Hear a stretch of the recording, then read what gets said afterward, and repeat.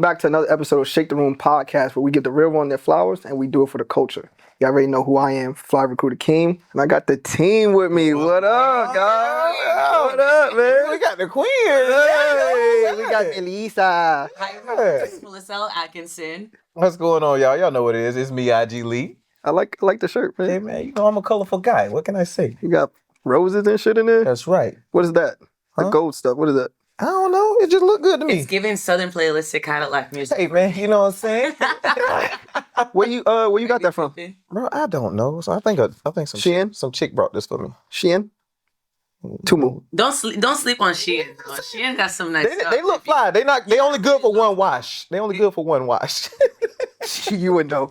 You would know. What's going on? How was your trip to Atlanta? Good. Long, productive. But we're here now. I'm super excited. Good. To be here. Thanks for having me. Of course. Yeah. I see you swinging your feet because it don't touch the ground. Yeah, because I'm petite. You want me to be?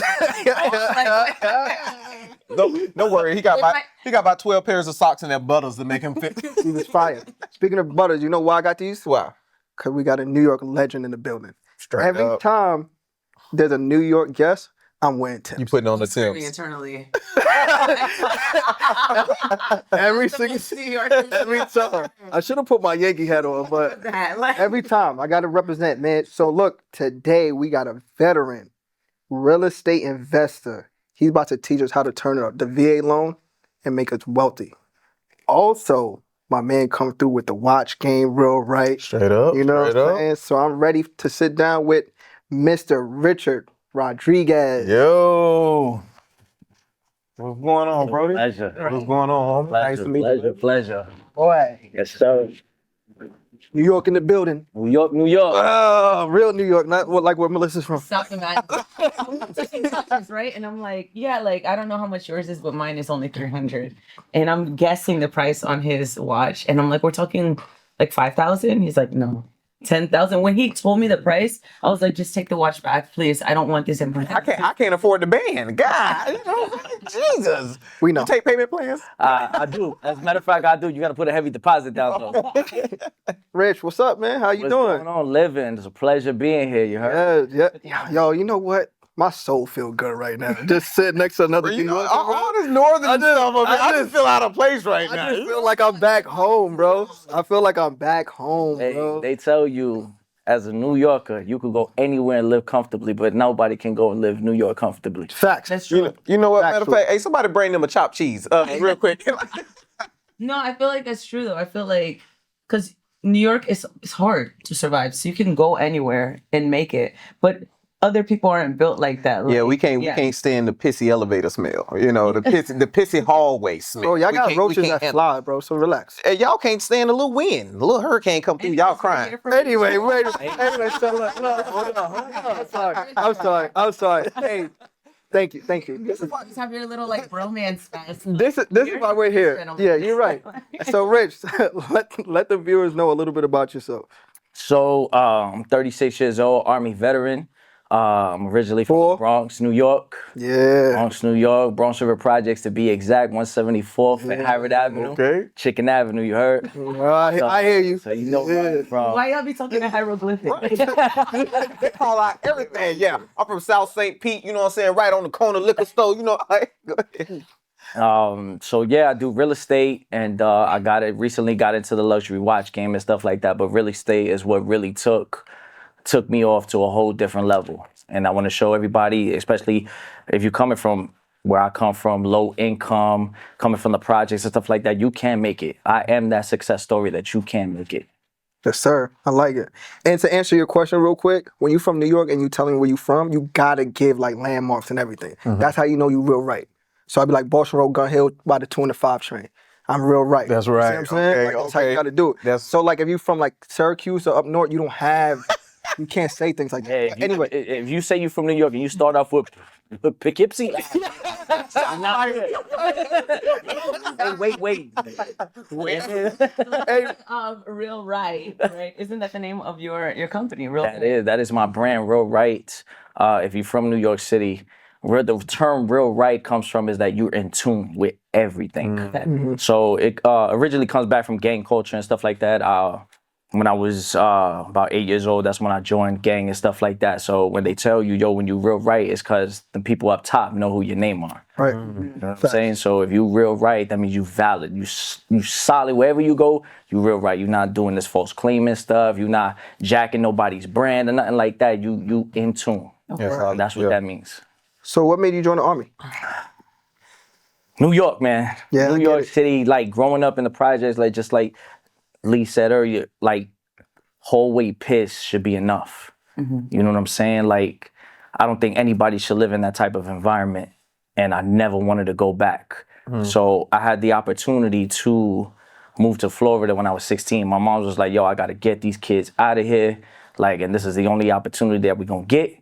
So my mom said, yo, we off to Disneyland, and she lied to me. Lied to me, bro. When I heard Florida, I was like, oh, we going to Disney, bro. We about to be in Orlando. Yeah. And she put me in a spot called Avon Park. And I was like, yo, what the hell is out here? And it's in the sticks. That was the first time I seen cows. I seen chickens running around.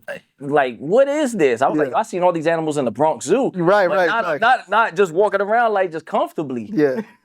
And then I did my last 2 years of high school here. And then I was stuck. I was like, yo, what's the next chapter for me?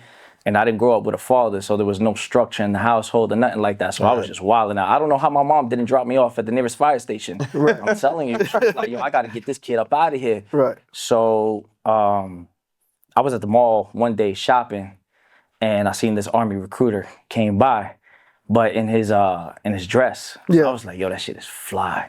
Yeah. I was like, this shit's fly as hell. And then I saw a Marine, and I was like, damn, it's too late. I already signed my contract.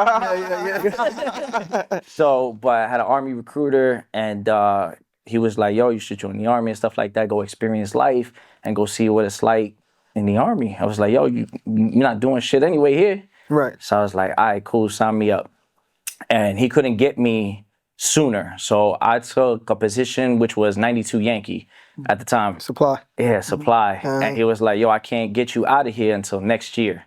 And my lease was coming up 3 months later. And I was like, yo, I'm about to be homeless. I was like, yo, wave a magic wand, do whatever you need to do, but get me out of here.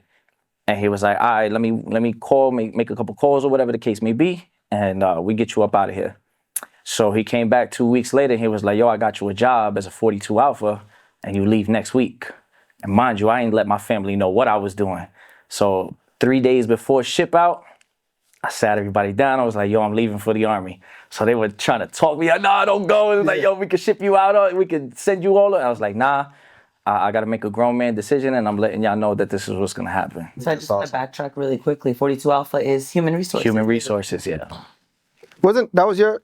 No, so that's what I did as a civilian. But I just wanted to break down because the three of us know the jargon. Yeah. Everyone is. Yeah. I'm over here just listening. Lee looking like that. Yeah, he said supply, but we didn't say human resources. Before y'all geek out in it, I want to know, because from one hood kid to hood, another hood kid to hood, it seems like growing up in the Bronx River projects, what was like your first real lesson in survival? Because I know we all kind of, you learn to keep your head on the swivel one way or another. What was like? Yeah, so once you becoming older and stuff like that, and what little memory that I do have is when Pistol Pete, everybody know who Peter Rolick is or whatever, with Sex Money Murder, that's when they were trying to take over the blocks at the time. So in Bronx River, they had the twins who used to run that building, and then you had Pistol Pete in the Soundview projects trying to turn every block blood. That was the hot shit in New York City.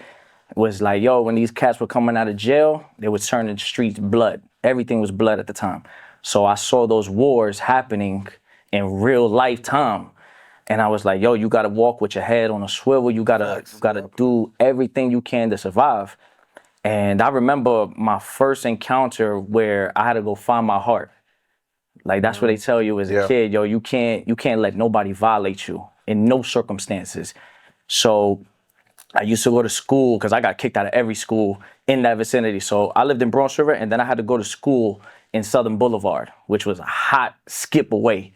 So I had to walk from Bronx River all the way to Southern Boulevard, and I had to walk back every day. So in Southern Boulevard was a Crip block. So mind you, going over there, they like, yo, who's this cat walking in this neighborhood, blah, blah, blah, blah. Man, you wear certain colors or whatever the case may be. They not jacking that. So it was wintertime.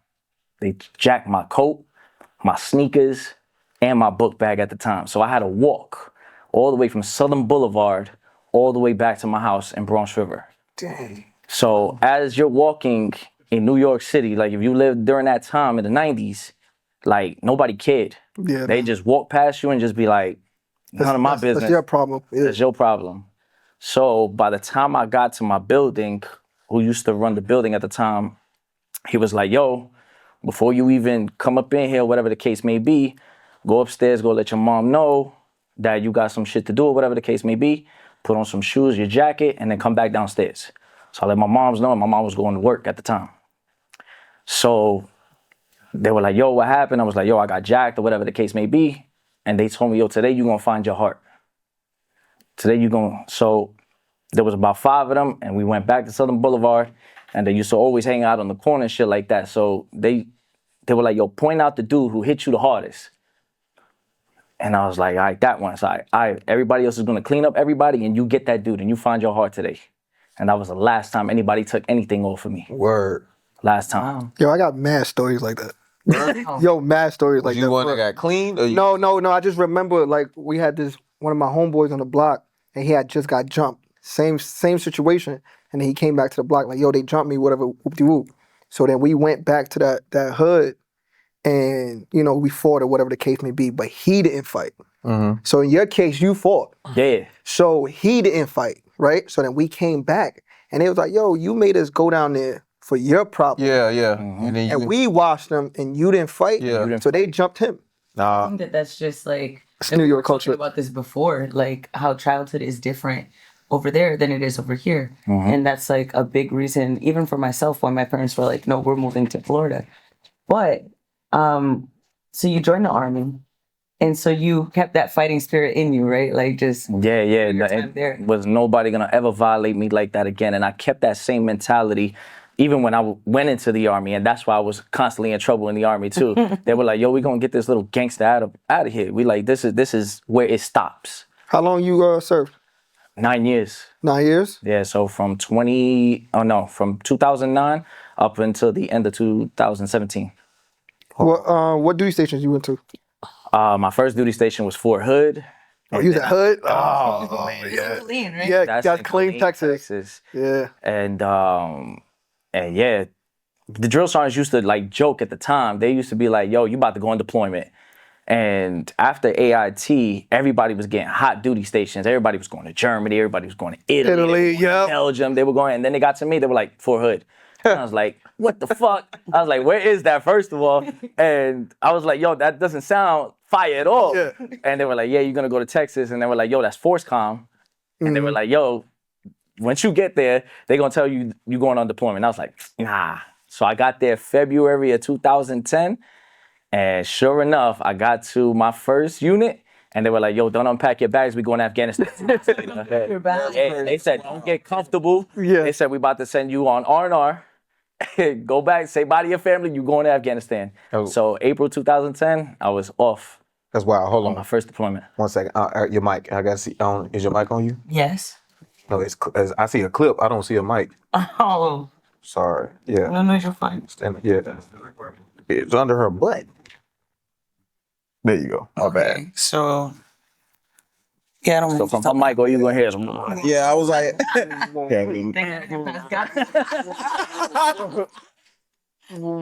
right, there we go. My bad. Okay, So How did it? Well, you ain't here. go ahead. We were. it's fine. It'll pick mine up. Should pick her up too. Okay, All right. So where did we left off? we were talking about Fort Hood and your deployment. yeah, so that's, yeah, sure enough, I was gone 2 months later. And then my second duty station, I went back to Fort Jackson, and I was with the 193rd. So I was the drill sergeant manager for the basic training. And Fort Jackson is South Carolina. South Carolina. Yes, I was not relaxed at Fort Jackson. Nah, it's just trash. Yeah. Yeah, they call it Relaxing They call it Jackson. Relaxing Like, I mean, it got softer when I got back, and I was like, oh yeah, like, Pause. That was crazy. pause. No Diddy. No Diddy. Well, yeah, go ahead. But yeah, the limitations for drill sergeants, you like if you made them push for more than 10, then you got to get down with them and stuff like that. So it became super, super lenient. And then my last tour was in Germany. I was in Germany for 3 years. Turning up. Oh, it's nice over there. Germany was lit. Hands down, if you in the army, go to Germany. So did you pick up any German?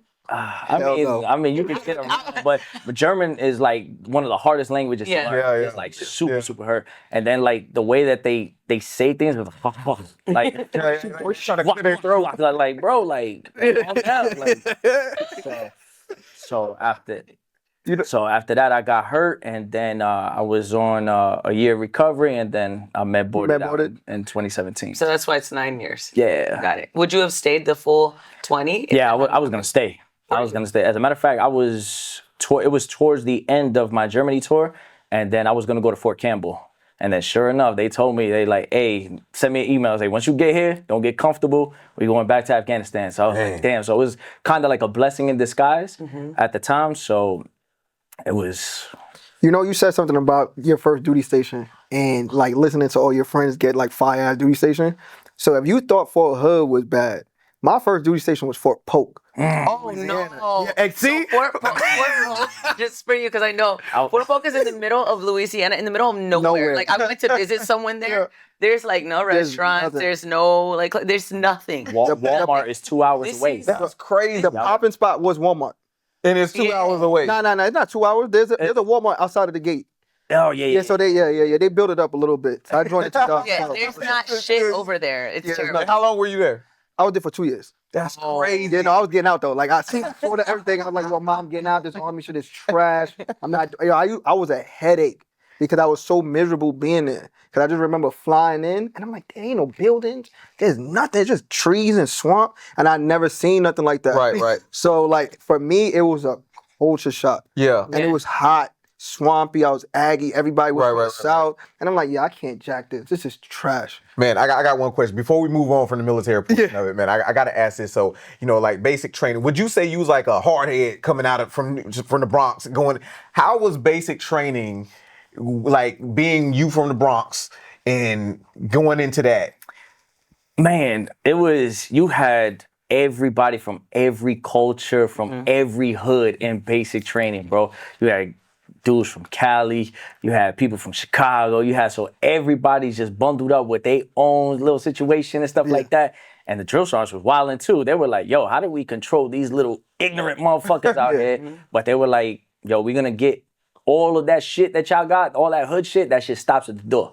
They say, by the time y'all leave out of here, that shit is gonna be out the window.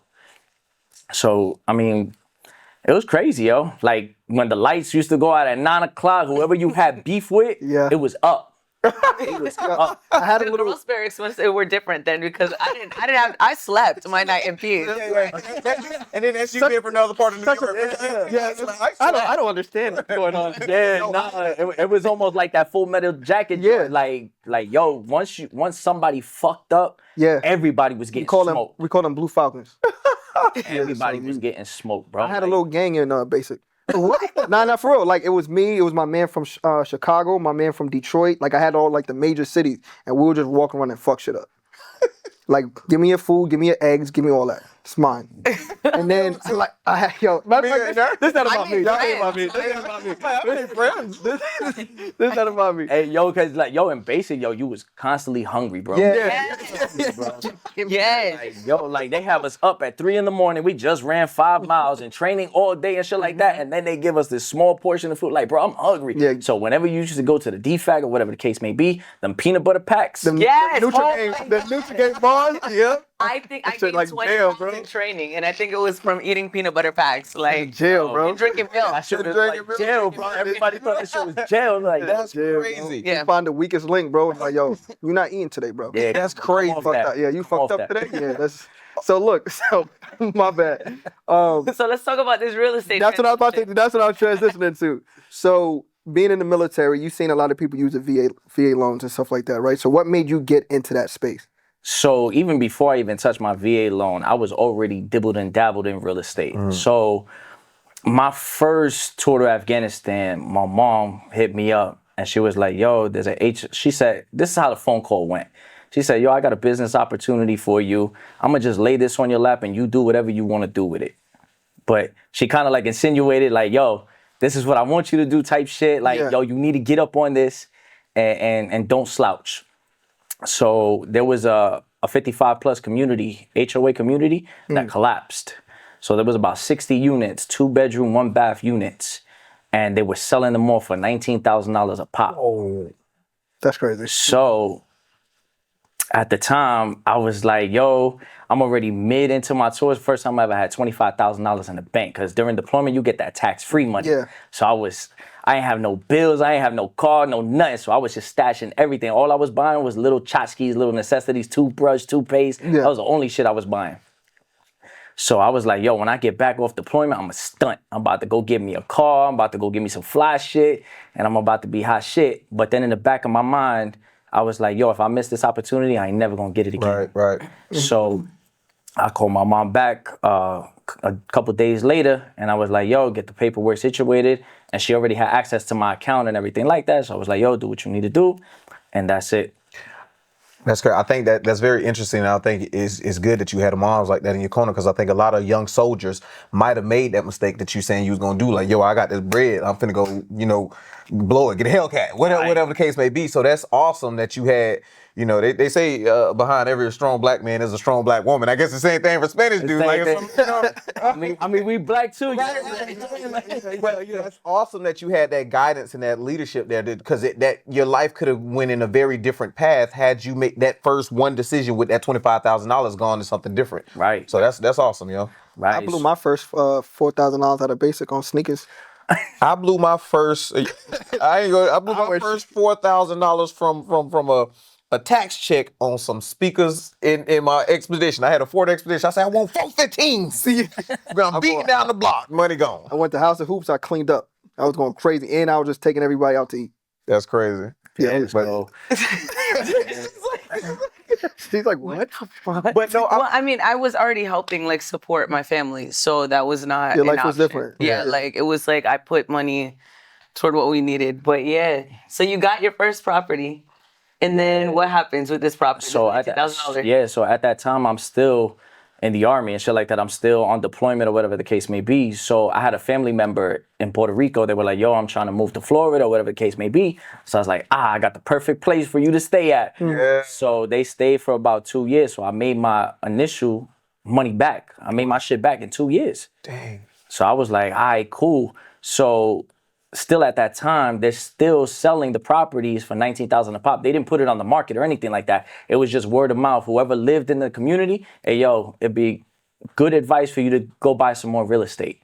So I was like, damn, I'm out of capital. How the fuck do I get my hands on some more money? I was like, yo, I only been in the military for this amount of years. I'm gonna go to the bank and they're gonna be like, psh, pack him up, get him out of here. So I had a platoon sergeant at the time who was doing real estate. He was like, yo, you should look at getting into a home equity line of credit. Mm-hmm. And I was like, I don't know what the fuck that is or whatever the case may be. He was like, yo, just try it out. He's like, what's the worst they could tell you? No? No, right. I was like, you back where you started. So I was like, all right, cool. So I did the application and they sent an appraiser 3 days later. They came back and they valued the property at $105,000. Only paid $19,000 for it. So with the HELOC, they give you 80% loan to value. Yep. So $70,000 in a line of credit. Mm-hmm. So what did I do? I picked up the phone, was like, yo, give me 5 more. Here's the cash. Boom. Yes. And I bought me 5 more after that. So with the home equity line of credit at the time, I don't know if it's changed now, but in order for you to get the HELOC, it had to be your primary resident. Yeah. So what did I do? Is I hopped. Yeah. So I said I lived in this one for a year, and then I was like, yo, I moved in this one for a year. All right, let me get a line of credit on this one too. And I rinsed and repeat that process until I got 23 doors. Bro, that's so amazing that you was able to get that information that early in life, because I was having a conversation with a friend of mine a while back. I'm like, his parents have owned our home since he was younger, and he just got out of the military. He bought a home, and I asked him, I was like, did your parents teach you about buying a house? So he was like, no. He just kind of, I was like, it's amazing how some of these things, even though the people around us know the information, but they're so focused on raising us that they don't give us that. and you were able to get that information and have those people around you early on. So that's just awesome. And now you give back in a way. Right. So that's why I developed Real Right Consulting. How I went about it too was like, I didn't even want it to be a business. I was just like, my shit was popping on social media. So what did I do? I was documenting everything I was doing. And I built a new construction duplex, which was 3-bedroom, 2-bath on both sides. So I was going to house hack it, live on one side and then rent out the other. So I was like, I'm going to be Gucci with that. So as I was documenting the whole process, everybody that was on social media, that I deployed with, people that I was in units with, they were like, yo, show me how to do that, whatever the case may be. So I was giving game for free 99 for years. I was like, yo, this is how you do it, blah, blah, blah, blah. So I started building that little community. And then once this shit really, really took off, then they were like, now it's too much for me to handle. Now I'm not doing this shit for free no more. Now you got to pay for my time now. Absolutely. So that's what I do now is I teach veterans how to use their VA loan so they can house hack it to purchase multifamily, at least get your foot in the door. Right. Because there's a lot of stipulations with lenders and a lot of the real estate is predatory. Like with real estate agents, with a lot of lenders and stuff like that. There's a stipulation in there. That's why I developed the company, was that in order for you to get into the multifamily space, you have to have 2 years of landlord experience. So if you've never owned a multifamily property, how are you going to have that experience? So what did I do is I built this company so I could bridge that gap for you. So now I'm a consultant with over 15 years of experience. Now the lender says, all right, you're good to go. That's awesome. That's you know, it's crazy. A lot of soldiers do not even know about the VA loan. Like, it's not something that you already know. Y'all know because y'all in. They don't really teach that when you're in the military. They don't teach you to start looking for houses, start building your credit, and do all these things. They just know straight about the mission. But the officer side, they teach all of that. And it's so crazy to see when I meet people like you, and it's just like, it's amazing.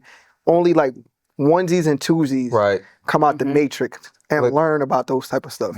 So you speak of them not teaching on it, and we talked about young soldiers earlier. Do you think, because sometimes do you think they would be open to the information? Because like you said, you were just trying to get out the hood, man, right? And so when you got that mindset at first as a young soldier, that's why officers are more open to getting the information. Well, the thing is like, just to like cut you off real quick, the reason why I think, and it's not right, but you have officers who come from, normally they come from college. Because they did the ROTC program, right? And so people who are able to go to college, they're socioeconomically are in a different position than those of us who might have come in enlisted, right? We came in because it's an opportunity for us to better ourselves and to make some money, right?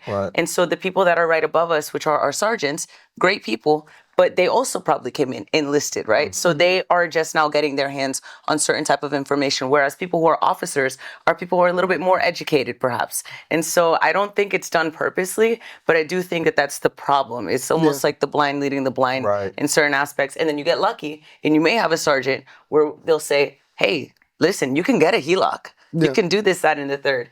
And it's up to you to, take heed to it. But yeah, the caveat on back of that too, because there's sergeants that don't know, but then there is that do know.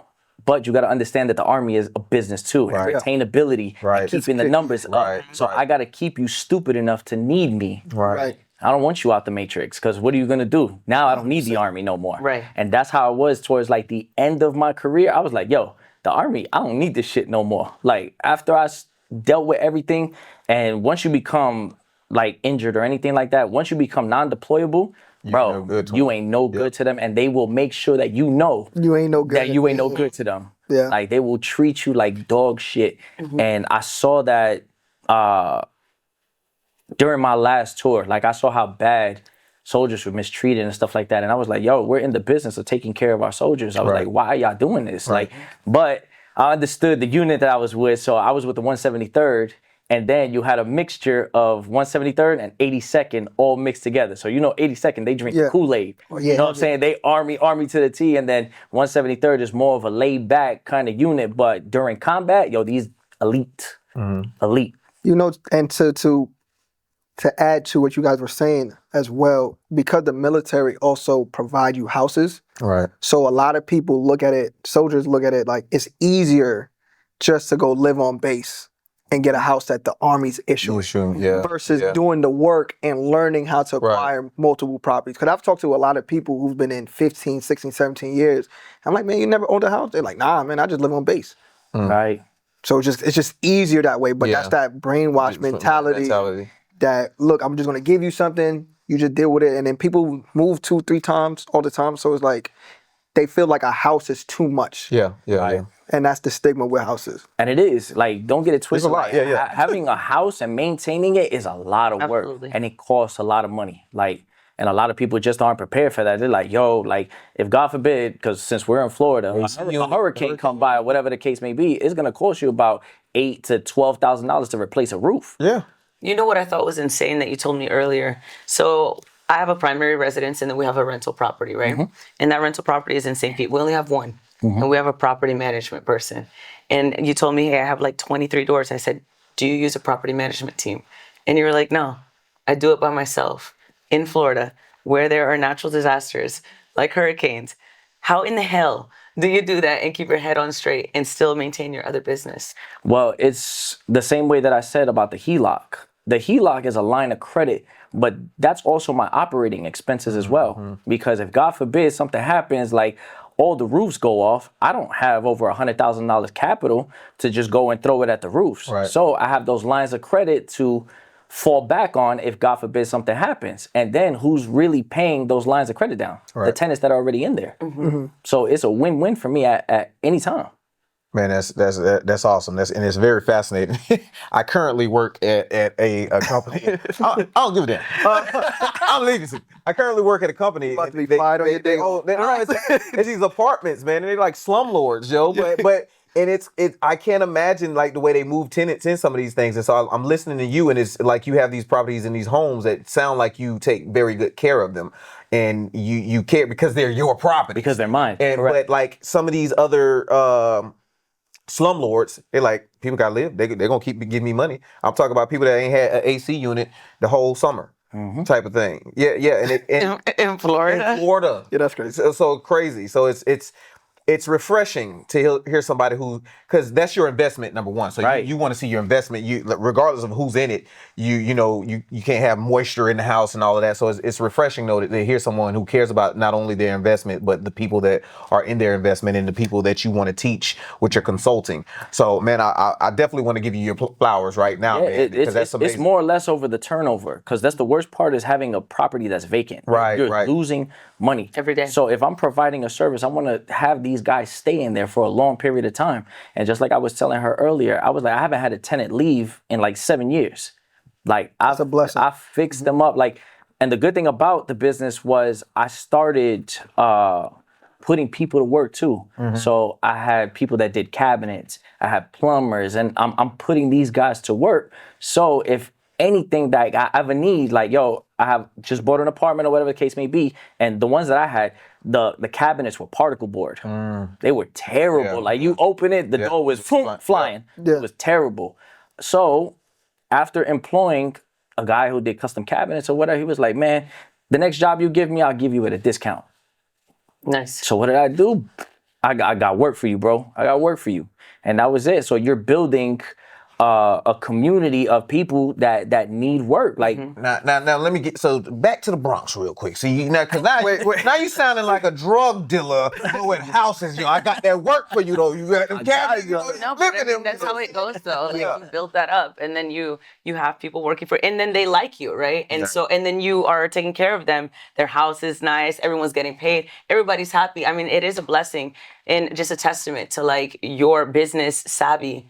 Like, that you've been able to sustain that for so long. And I don't know nothing. Like, when I first started, I don't know nothing about business. I ain't know shit. I was just shooting from the hip. I was like, yo, I got to pretend like I know everything about everything. Right.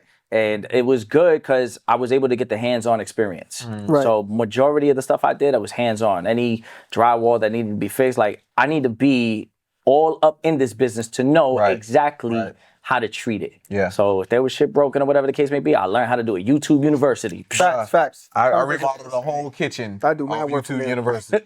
It's crazy. I was gonna tell you that I want to introduce you to somebody, and then find out that you know him, Mr. Jimmy Cox. That's my brother right there, So- Jimmy Cox.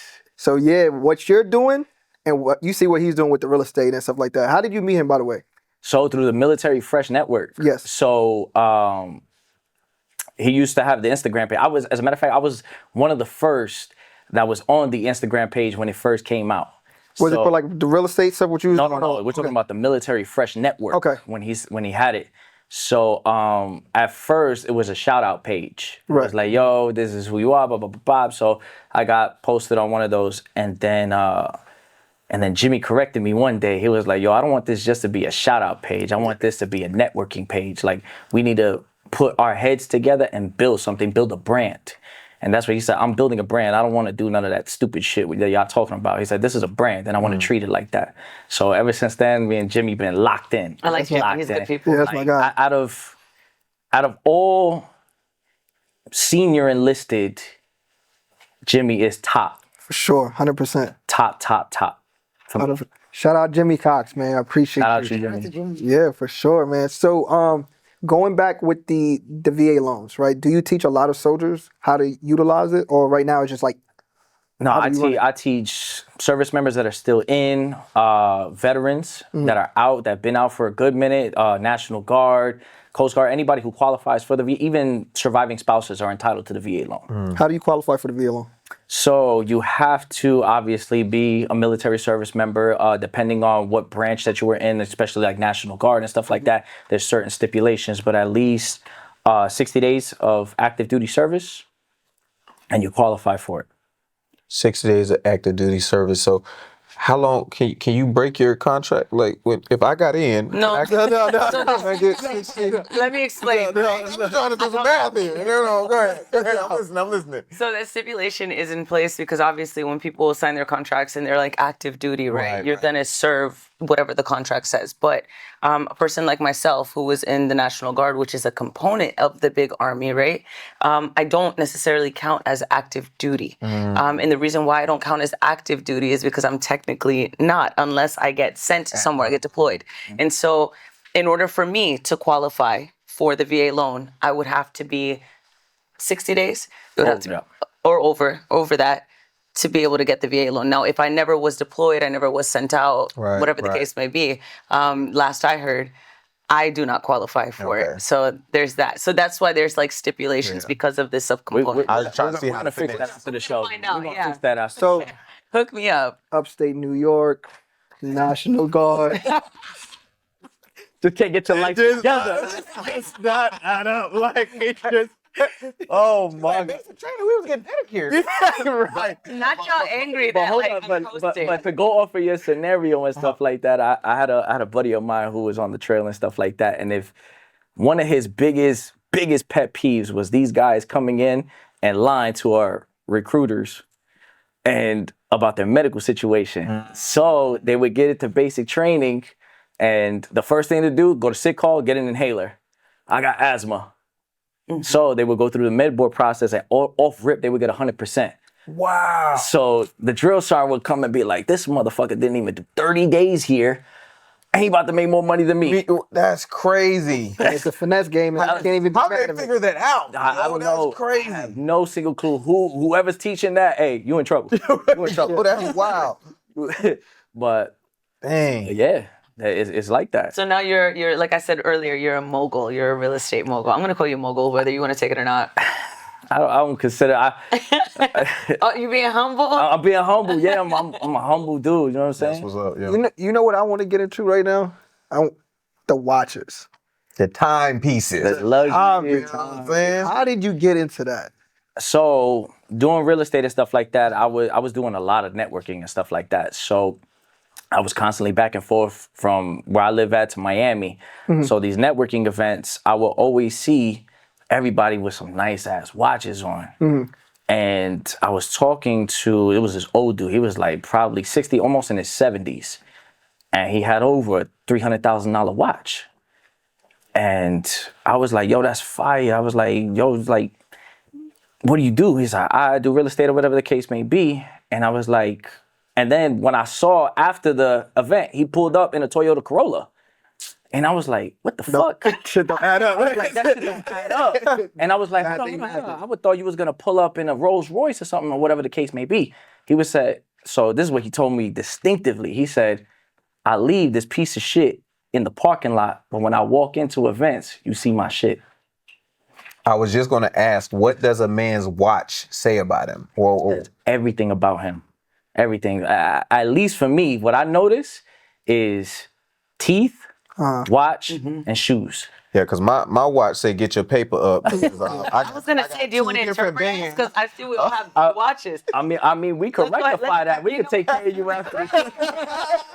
We could take care of you. You know what I'm saying? So at that event, I met Michael Herman, which is RM Plug, and he is one of the top dudes on the East Coast selling Richard Mille watches. Okay. So he sells to celebrities. He's like, I got this academy. He said, you should join my academy. So I was like, I don't know about doing a whole nother school kind of thing and learning some other shit. He was like, yo, he said, you're not gonna regret it. You're already in this space. And he said, your target market won't be too hard for you to get. So I went to the academy with him and everything like that. And once I learned everything about it, I was like, oh, I'm running with it. And after 2 days after I completed the academy, sold my first watch. Wow. So awesome. is the profit margin for selling watches like crazy? It's not crazy. Like everybody makes it seem like you'll be good to make a good $500 on sale. So don't get it twisted like you're gonna make $2,000-$3,000 off of watch sales and stuff like that. Nah, that's not how the game works. But if you get a significant piece and there's good profit margin, yeah, you can make good money doing this. Nice. You just gotta have the clientele. Like obviously you're not gonna try to sell a $40,000 Rolex to somebody who's only making $15,000 a year. That just doesn't make any sense. Right. I mean, I don't know. Catch them around tax time. Yeah, they might blow it now. Yeah, they might. Hey, they gonna buy the watch, but they ain't leaving the house for the whole year. Hey, you see the car park? No, what house? What house? Oh my God. They go the Riverside. You know, that's some real New York shit though. Like to have like mad fly stuff and then just go right into the product. Bro, that is where we're at. Chill, don't call me out like that, bro. Chill. That's what we were talking about earlier when we were out, like before the show started. I was telling him about my cousins, and I've never owned a pair of Jordans in my life, right? Because we couldn't afford it, and then now I never bought one, right? Cool. So my cousins had all the numbers, right? I don't know the numbers. There's the 7, the 4, the 3, whatever the numbers are. And they would come to Florida and be like, oh, you only have one pair of shoes, Melissa. And I'd be like, yeah, but my apartment complex has a swimming pool. And we went on vacation this summer, even if it was for a few days. We went on vacation. You have your sneakers, like, and you live where you live on top of each other. But yeah, it's just crazy to me, the mindset. Like, There's definitely a mindset. How many watches you own? I just got one.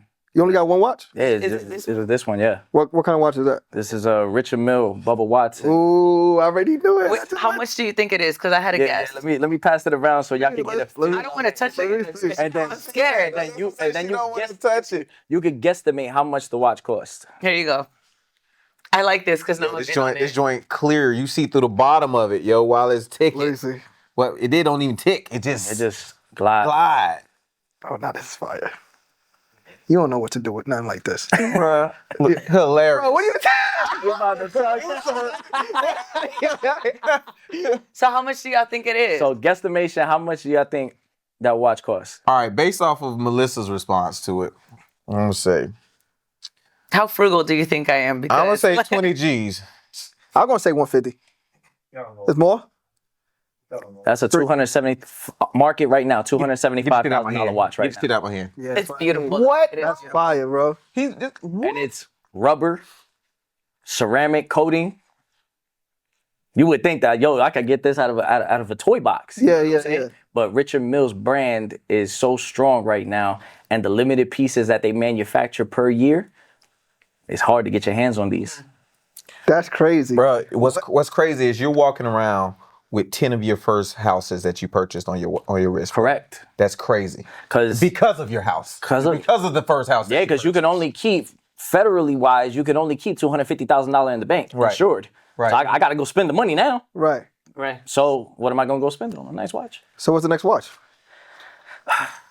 They say as you get older, I'm 36 right now. Yeah. So as you get older, you know when you rich, when you put a Patek Philippe on a letter strap. So that's going to be my next. That's the next one? So hold How on. much is that? How much is that? A Patek? Yeah. Depending on the ones that I like the Nautiluses.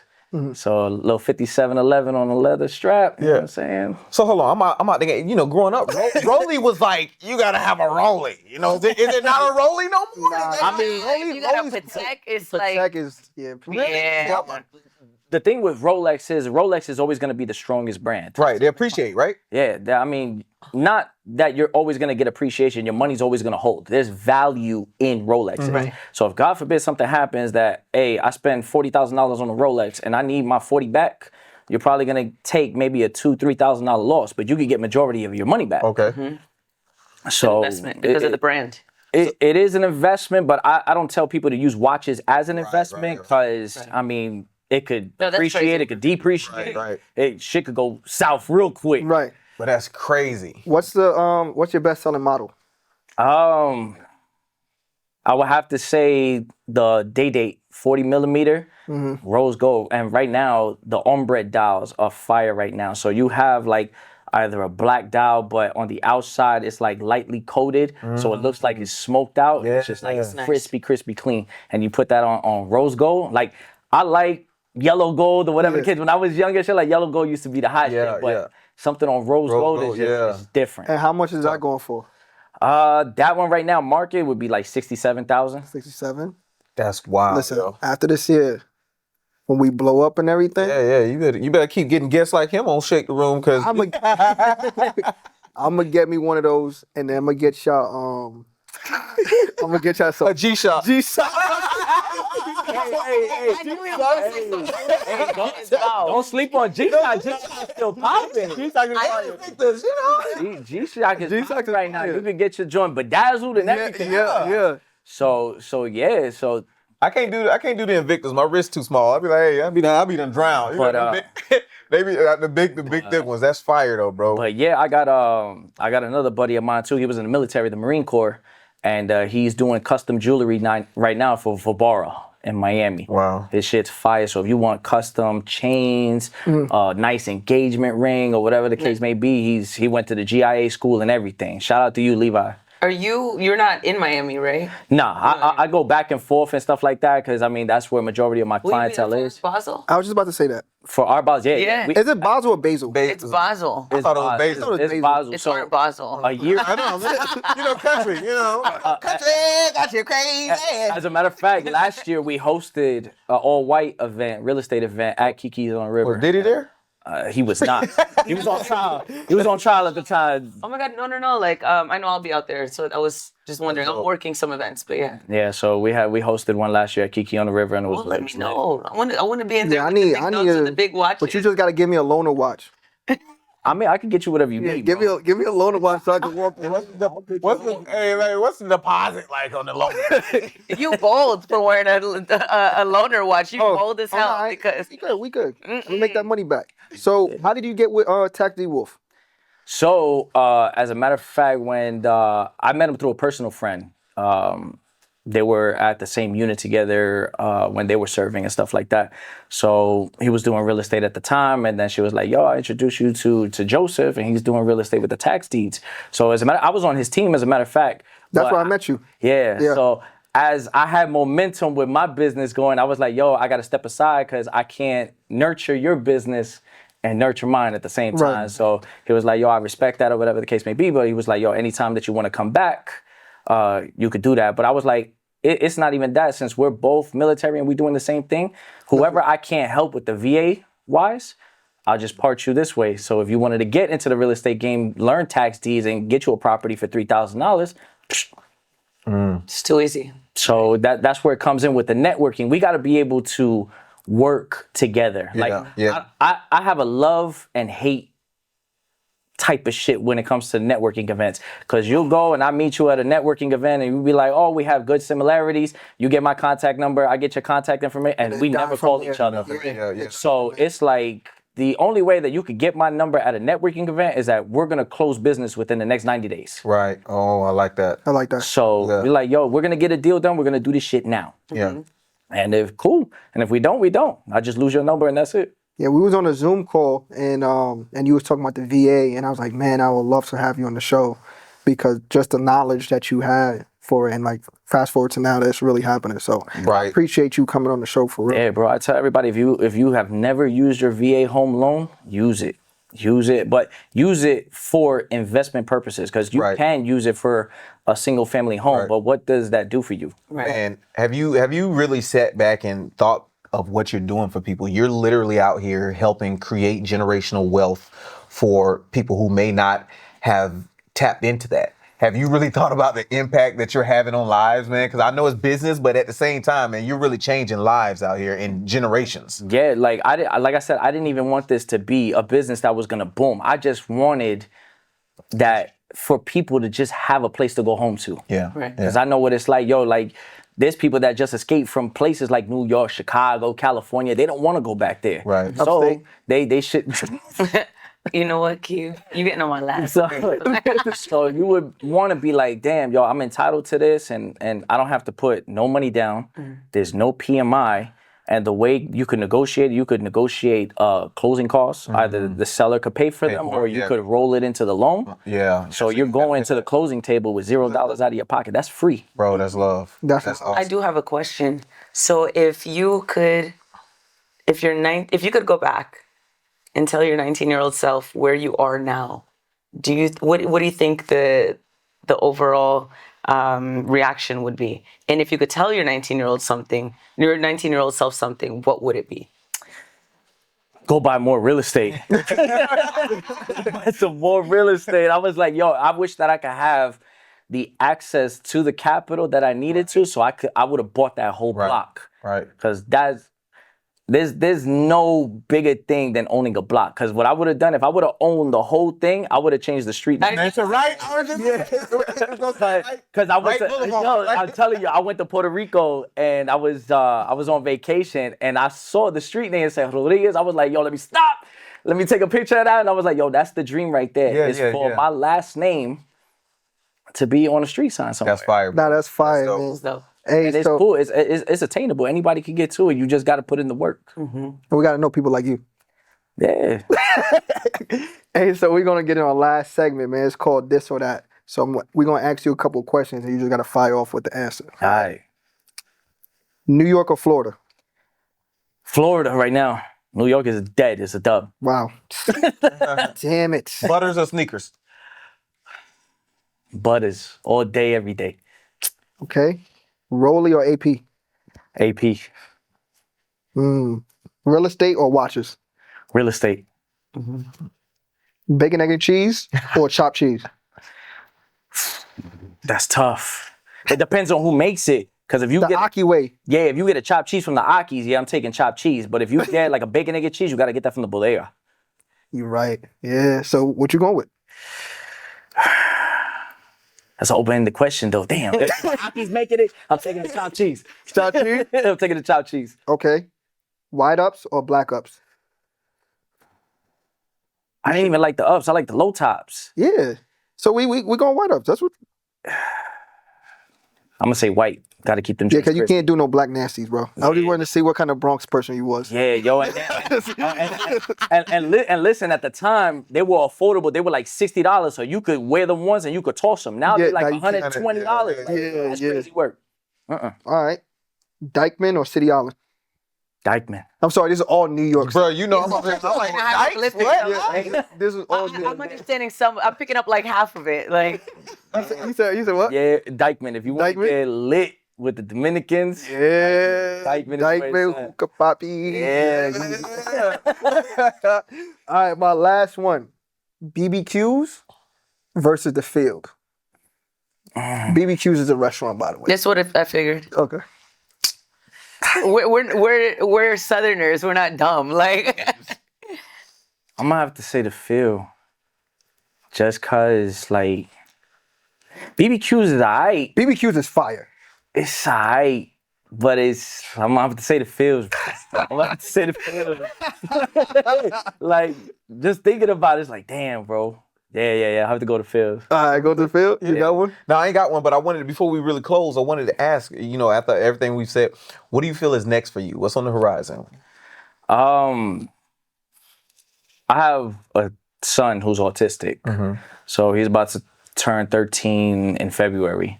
So I want to focus on these next couple of years for his development. You know what I'm saying? I have to make him a productive citizen of society, and I want him to take over the business and stuff like that. So by the time he turns 18, hey, this is yours.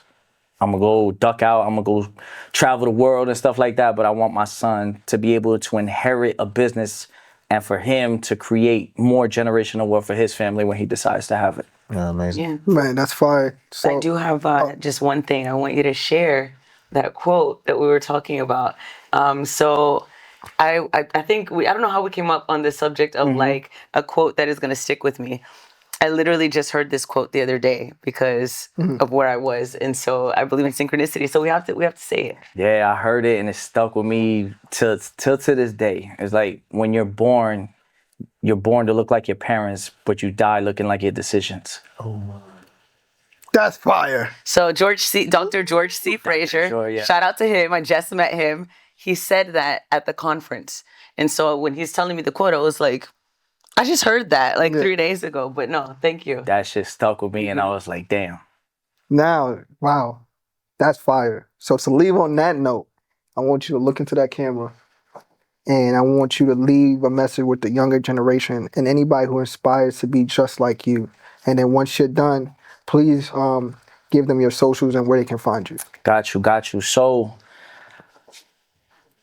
to the youth and to everybody who's in the military, you wanting to use your VA loan, you can do this. Don't let anybody tell you that you cannot grow into something greater than what people think that you should be. You know what I'm saying? Either having people that been in the military for more than 15 years, 20 years and stuff like that, they come out with no identity. So if you're still in serving, create that identity for you so when you get out, you are somebody other than the military, because eventually you're going to put that uniform down and then the real you has to come out. So you should have your own identity and want to create something with your last name on it. Your last name means something. And if it's cool for you to put on LeBron James jersey at a game, you should want to put on your own last name. Fire. Yeah, love that. Man, I love that. And where can they find you? So you can find me at I am Richard Rodriguez on Instagram, and my two businesses, which is Real Right Consulting, which is the consulting business, and Real Right Watches for the luxury timepieces. Go ahead and shop with me. Hey, man. I don't even know what to say. But that was something. Right. Let me grab a chopped cheese. We get about here. Hey, bro. Thank you for your time, man. Thank you for being here. Thank you for dropping all appreciate you these having gems, man. Like this was great. This was great. This was amazing. I learned a lot. I know, especially him. I know he learned a lot because he's from Absolutely, South. yeah. So, thank you for your time, bro. Again, and we're gonna do business. So I'm gonna end this segment with, my begging segment, which is like just make sure when we in Art Basel, Art Basel, you just give me the loaner, and then we just go from there. I got you, bro. My boy, that's all I wanted, bro. Thank you so much, man. Hey. Thank you for joining us. For sure. Appreciate y'all having me. Rich came in, he dropped some nuggets, he taught us about watches, the VA loans, and so much more. Please check this episode out. Hey, you already know, we don't just talk, we shake the room. Peace.